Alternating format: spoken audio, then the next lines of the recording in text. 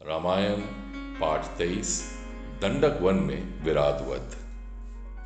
सीता और लक्ष्मण के साथ राम ने दंडक वन में प्रवेश किया। वहां पर उन्हें ऋषि मुनियों के अनेक आश्रम दृष्टिगत हुए। वह क्षेत्र अत्यंत मनोरम था। वहां पर बड़ी बड़ी यज्ञशालाएं थीं तथा हवन सामग्री भी प्रचुर मात्रा में उपलब्ध थी। उन आश्रमों में तेजस्वी ऋषि मुनि अपनी आध्यात्मिक साधना में लिप्त रहा करते थे। राम, सीता और लक्ष्मण का समुचित सत्कार करने के पश्चात वे बोले, हे राघव, हम वनवासियों की रक्षा करना आपका परम कर्तव्य है। आत्मचिंतन में व्यस्त रहने वाले यहाँ के निवासी तपस्वियों को दुष्ट राक्षस ईश्वर आराधना नहीं करने देते। वे उनकी तपस्या में विघ्न तो डालते ही हैं, साथ ही साथ तपस्वियों की हत्या भी कर देते हैं। आपसे हमारा आग्रह है कि आप उनसे हमारी रक्षा करें। रामचंद्र ने उन्हें आश्वस्त किया कि वे शीघ्र ही उन सब का नाश कर देंगे। वहां से उन्होंने महावन में प्रवेश किया, जहां नाना प्रकार के हिंसक पक्षु और नरभक्षक राक्षस रहा करते थे। कुछ ही दूर जाने के बाद बाघ मंबर धारण किए हुए एक राक्षस दृष्टिगत हुआ। वे राक्षस हाथी के समान चिंघाड़ता हुआ सीता पर झपटा। उसने सीता को उठा लिया और कुछ दूर जाकर खड़ा हो गया। उसने राम और लक्ष्मण को संबोधित करते हुए कहा, तुम धनुष बाण लेकर दंडक वन में घुस आए हो। ऐसा प्रतीत होता है कि तुम्हारी मृत्यु निकट आ गई है। तुम दोनों कौन हो? क्या तुमने मेरा नाम नहीं सुना? मैं प्रतिदिन ऋषियों का मांस खाकर अपनी भूख शांत करने वाला विराट हूं। मैं तुम दोनों का अभी रक्तपान करके इस सुंदर स्त्री को अपनी पत्नी बनाऊंगा। उसके वचनों को सुनकर राम लक्ष्मण से बोले, हे लक्ष्मण, विराट के चंगुल में फंसकर सीता अत्यंत भयभीत एवं दुखी हो रही है। पिताजी की मृत्यु तथा अपने राज्य के अपहरण से मुझे इतना दुख नहीं हुआ जितना आज भयभीत सीता को देखकर हो रहा है। मुझे यह भी समझ नहीं आ रहा कि इस दुष्ट से सीता की रक्षा मैं कैसे करूं। राम के वचनों को सुनकर लक्ष्मण क्रोधित होकर बोले, आप तो महाप्रतापी हैं, आप ऐसा क्यों बोल रहे हैं? मैं अभी इस दुष्ट विराट को मार डालता हूं। फिर लक्ष्मण विराट से बोले, रे दुष्ट, अपनी मृत्यु के पूर्व तू हमें अपना परिचय दे और अपने कुल का नाम बता। विराट ने हंसते हुए कहा, यदि तुम मेरा परिचय जानना ही चाहते हो तो सुनो। मैं जय राक्षस का पुत्र हूं। मुझे ब्रह्मा जी से वरदान प्राप्त है कि किसी भी प्रकार का अस्त्र शस्त्र न तो मेरी हत्या ही कर सकता है और न ही उनसे मेरे अंग छिन्न भिन्न हो सकते हैं। यदि तुम इस सीता को मेरे पास छोड़कर चले जाओ तो मैं तुम्हें वचन देता हूं कि मैं तुम्हें नहीं मारूंगा। विराट के वचनों को सुनकर क्रोधित राम ने उसे तत्काल तीक्ष्ण बाणों से भेदना आरंभ कर दिया। राम के बाण से विराट की शरीर छिदकर रक्त रंजित हो पृथ्वी पर गिरने लगा। इस प्रकार जब घायल होकर विराट त्रिशूल ले राम और लक्ष्मण पर झपटा तो दोनों भाइयों ने उस पर अग्नि बाणों की वर्षा आरंभ कर दी, किंतु विराट पर उनका कुछ भी प्रभाव नहीं पड़ा। वे केवल उसके त्रिशूल को ही काट सके। फिर जब भयंकर तलवारों से दोनों भाइयों ने उस पर आक्रमण किया तो वे सीता को छोड़ राम और लक्ष्मण को दोनों भुजाओं में पकड़कर आकाश में उड़ गया।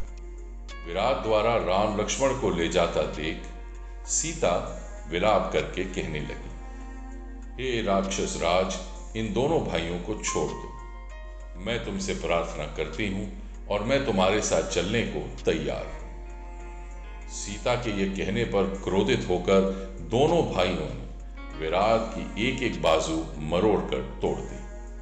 वो मूर्छित होकर पृथ्वी पर गिर पड़ा। वह घायल होकर चित्कार करने लगा।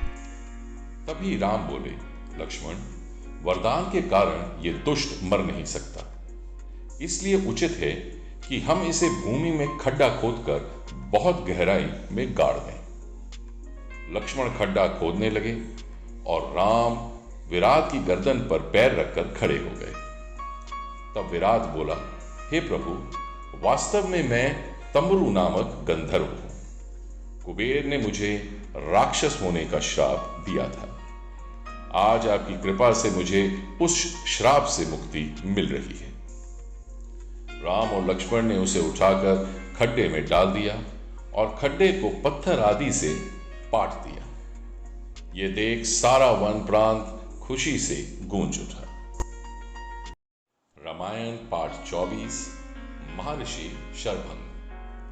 भयंकर बलशाली विराट राक्षस का वध करने के पश्चात राम, सीता और लक्ष्मण महर्षि शरभंग के आश्रम में पहुंचे।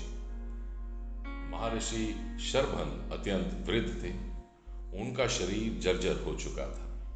ऐसा प्रतीत होता था कि उनका अंतकाल निकट है। सीता और लक्ष्मण सहित राम ने महर्षि के चरण स्पर्श किए और उन्हें अपना परिचय दिया। महर्षि शरभंग ने उनका सत्कार करते हुए कहा, हे राम, इस वन प्रांत में कभी कभी ही तुम जैसे अतिथि आते हैं। अपना शरीर त्याग करने से पहले मैं तुम्हारा दर्शन करना चाहता था। इसलिए तुम्हारी ही प्रतीक्षा में मैंने अब तक अपना शरीर नहीं त्यागा था। अब तुम्हारे दर्शन हो गए, इसलिए मैं इस नश्वर एवं जर्जर शरीर का परित्याग कर ब्रह्मलोक को चला जाऊंगा। मेरे शरीर त्याग करने के बाद तुम इस वन में निवास करने वाले महामुनि सुतीक्ष्ण के पास चले जाना।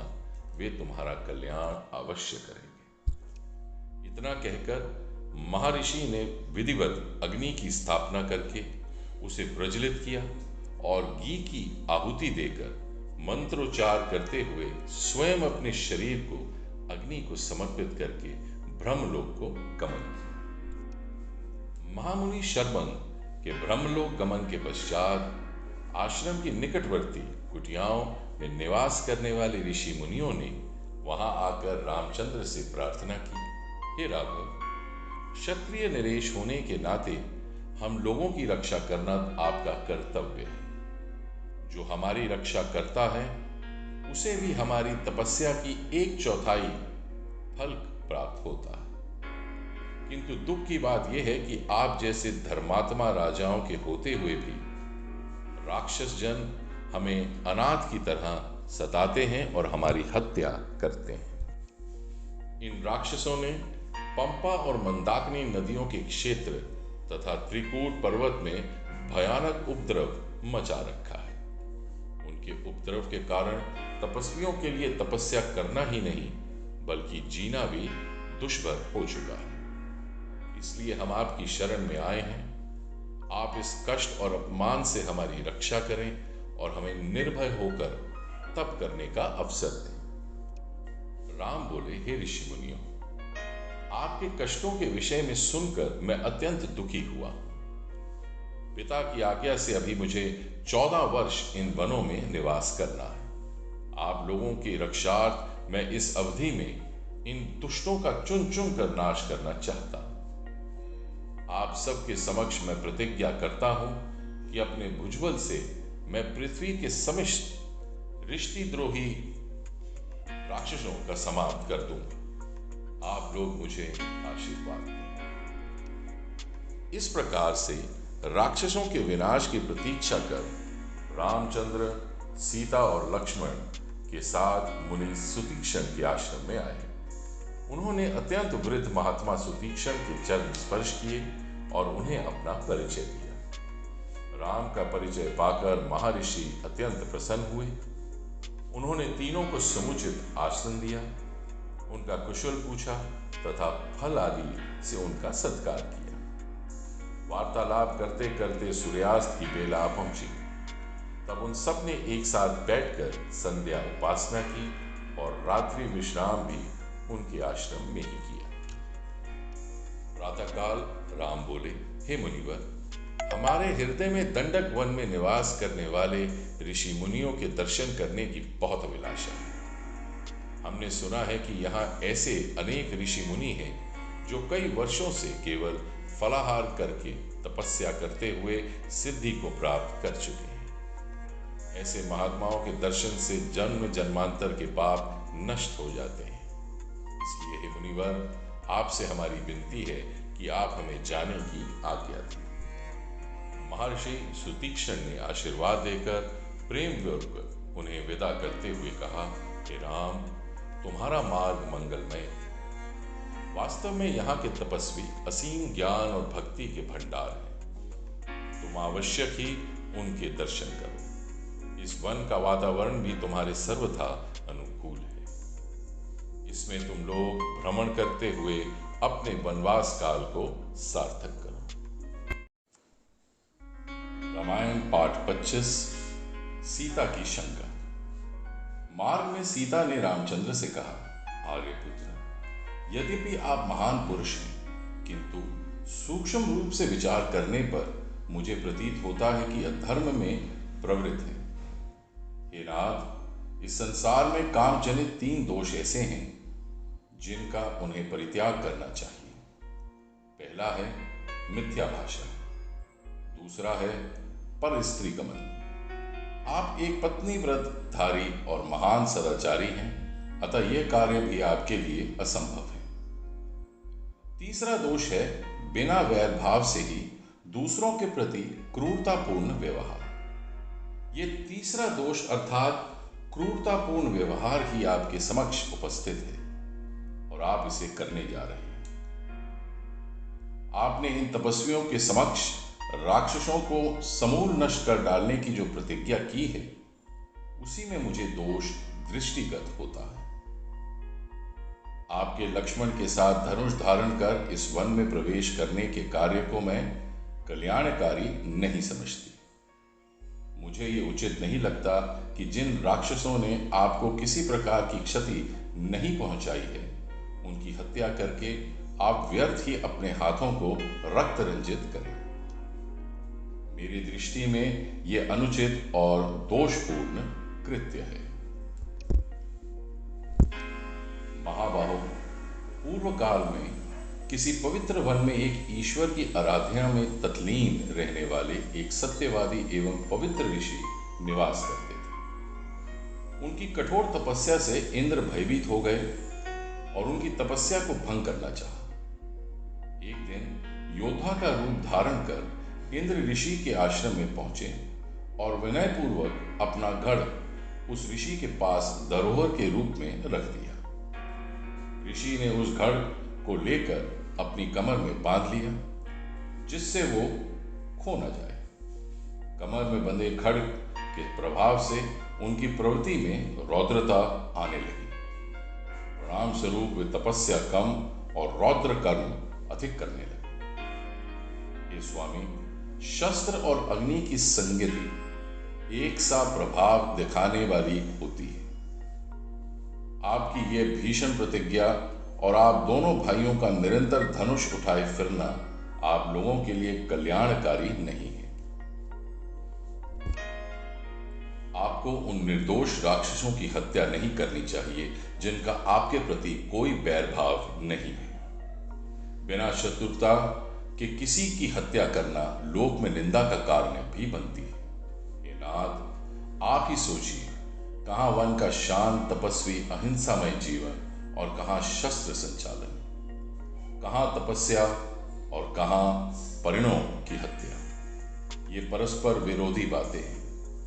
आपने वन में आकर तपस्वी का जीवन अपनाया है, इसलिए उसी का पालन कीजिए।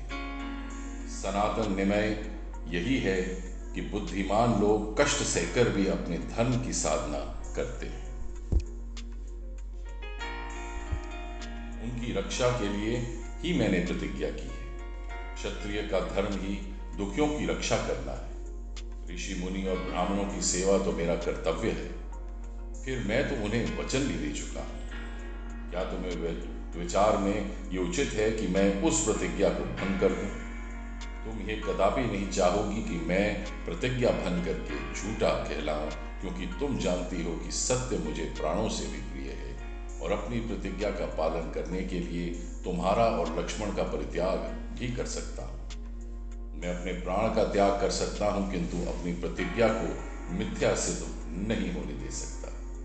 फिर भी जो कुछ तुमने कहा उसे सुनकर मुझे प्रसन्नता हुई। इसके पश्चात उन लोगों ने अगस्त्य मुनि के दर्शन के लिए प्रस्थान किया, किंतु उन्हें अनेक आश्रमों का पता चला, पर अगस्त्य मुनि के आश्रम का पता न चल पाया।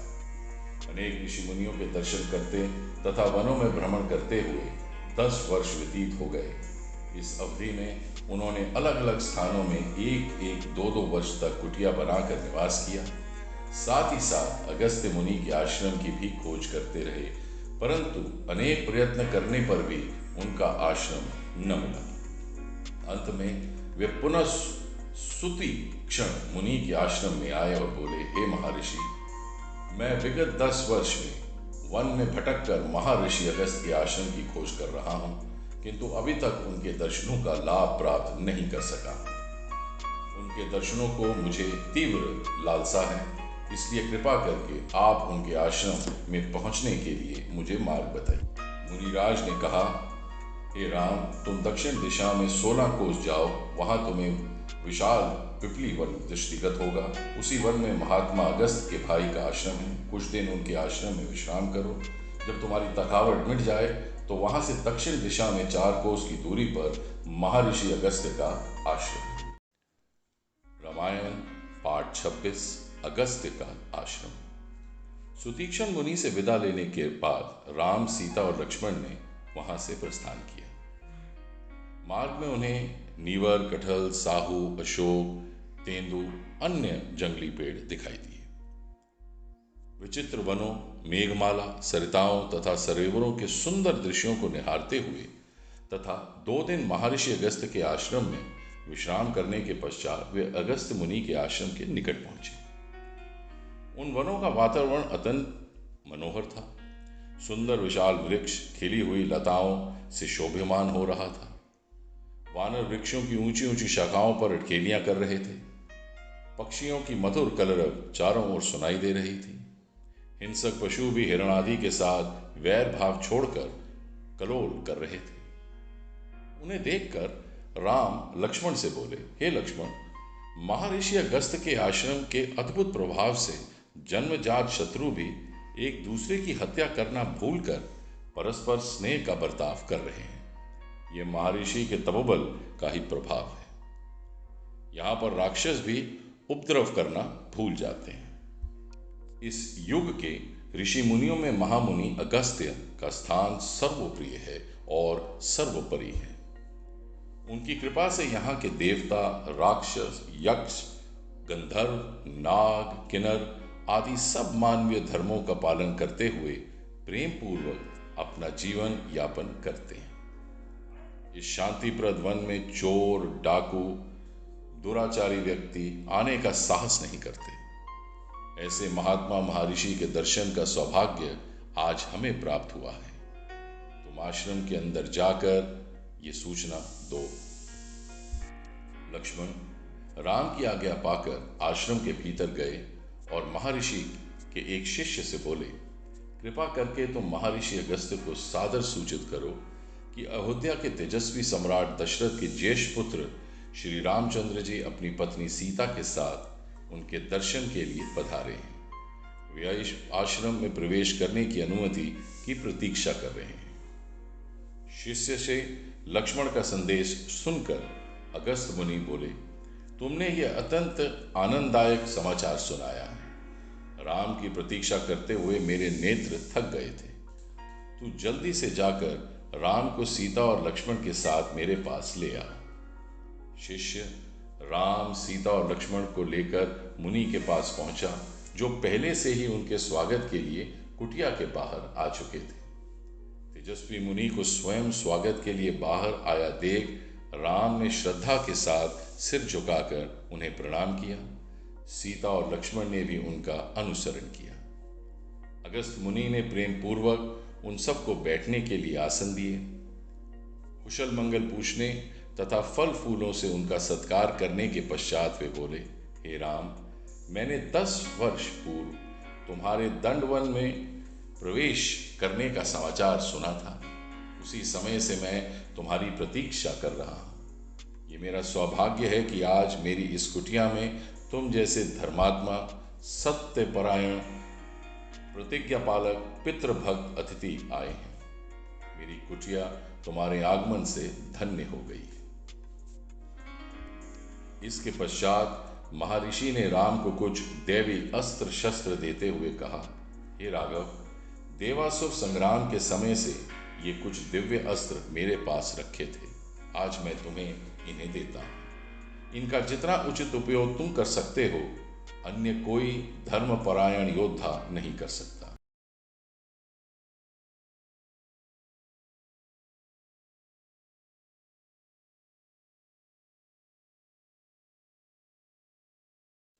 रामायण पाठ 26 भाग 2। इस धनुष का निर्माण विश्वकर्मा ने स्वयं स्वर्ण और वज्र के मिलाप से किया है। ये बाण स्वयं ब्रह्मा जी ने दिए थे।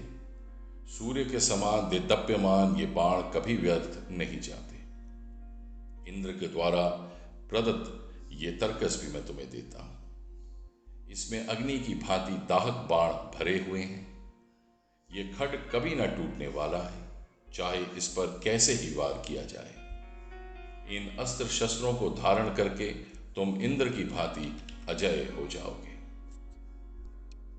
राम ने महर्षि के उस उपहार को लेकर उनका कोटि कोटि धन्यवाद किया और बोले, हे मुनिराज, आपने मुझे इन अस्त्र शस्त्रों के योग्य समझा। ये आपकी मुझ पर अत्यंत अनुकंपा है, जो मैं अवश्य ही इनका उचित उपयोग करने का प्रयास करूंगा। मुनि ने कहा, नहीं राम, इसमें अनुकंपा की कोई बात नहीं है। तुम मेरे आश्रम में आने वाले असाधारण अतिथि हो।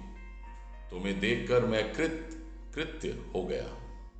लक्ष्मण भी कम महत्वपूर्ण अतिथि नहीं है। ऐसा प्रतीत होता है कि इनकी विशाल बलिष्ठ भुजाएं विश्व पर विजय पताका फहराने के लिए ही बनाई गई हैं। और जानकी का तो पति प्रेम तथा पति निष्ठा संसार की स्त्रियों अनुकरणीय है।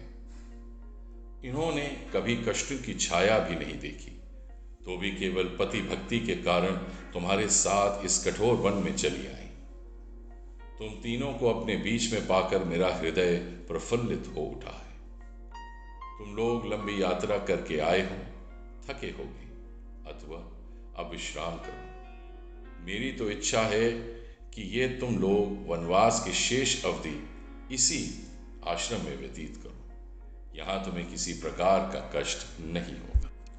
ऋषि के स्नेह युक्त वचन सुनकर राम ने हाथ जोड़कर उत्तर दिया, हे मुनिराज, जिनके दर्शन बड़े बड़े राजा महाराजाओं तथा दीर्घकाल तक तपस्या करने वाले ऋषि मुनियों को भी दुर्लभ है, उनके दर्शन का सौभाग्य मुझे आज प्राप्त हुआ।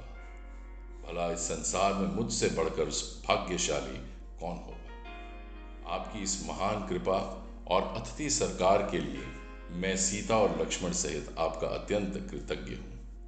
आपकी आज्ञा का पालन करते हुए हम लोग आज की रात्रि अवश्य यहीं विश्राम करेंगे, किंतु वनवास की शेष अवधि आपके मनोरम आश्रम में हृदय से चाहते हुए भी बिताना संभव नहीं होगा।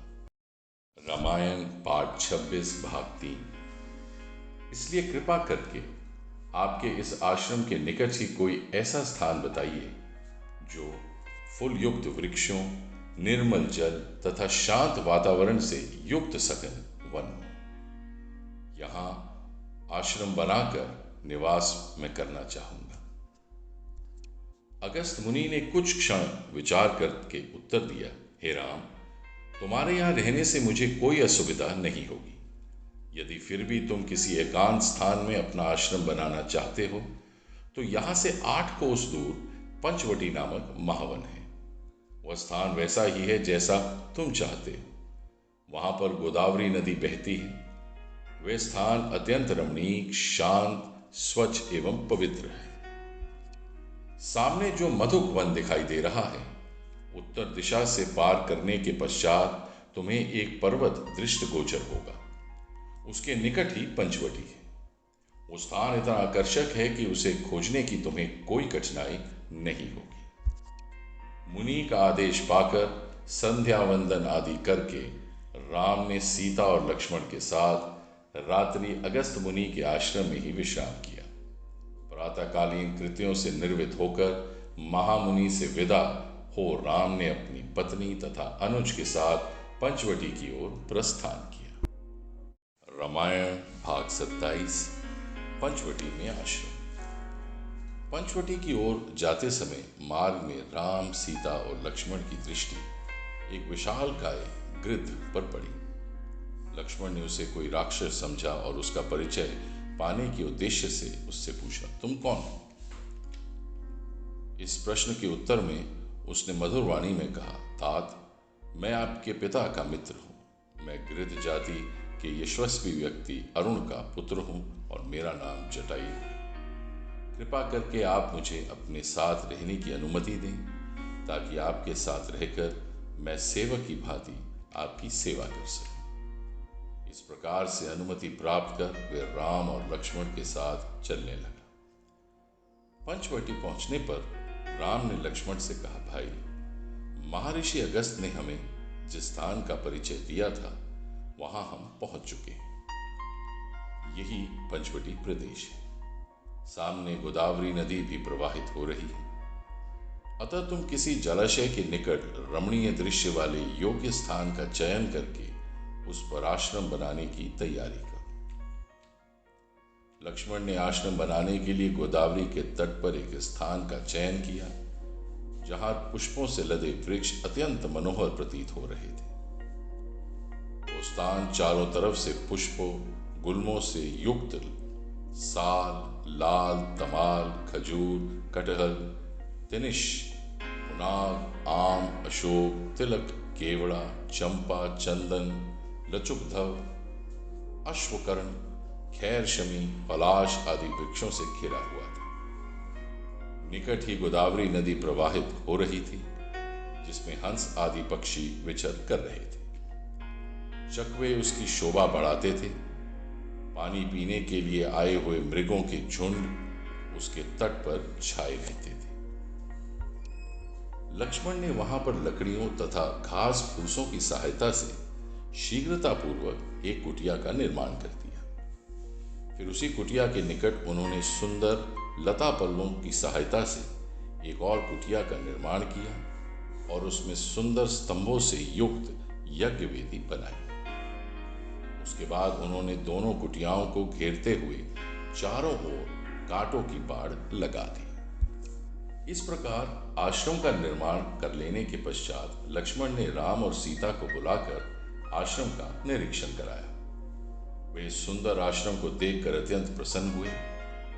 लक्ष्मण की प्रशंसा करते हुए राम बोले, लक्ष्मण, तुमने तो इस दुर्गम वन में भी राजप्रसाद जैसा सुविधाजनक निवास स्थान बना दिया। तुम्हारे कारण तो मुझे वन में भी घर से अधिक सुख सुविधा प्राप्त हो रही है। फिर उन दोनों के साथ बैठकर राम ने यज्ञ कुटीर में हवन किया। वे वहां सुखपूर्वक रहने लगे और लक्ष्मण तत्चित होकर उन दोनों की सेवा करने लगा। इस प्रकार वहां पर शरद ऋतु के 2 मास सुखपूर्वक व्यतीत हो गए। अब हेमंत ऋतु का आगमन हो चुका था। एक दिन प्रातः बेला में राम सीता के साथ गोदावरी में स्नान करने के लिए जा रहे थे। लक्ष्मण उनके पीछे पीछे घड़ा उठाए चल रहे थे। सरिता के तट पर पहुंचने पर लक्ष्मण को ध्यान आया कि हेमंत ऋतु रामचंद्र जी की सबसे प्रिय ऋतु रही है।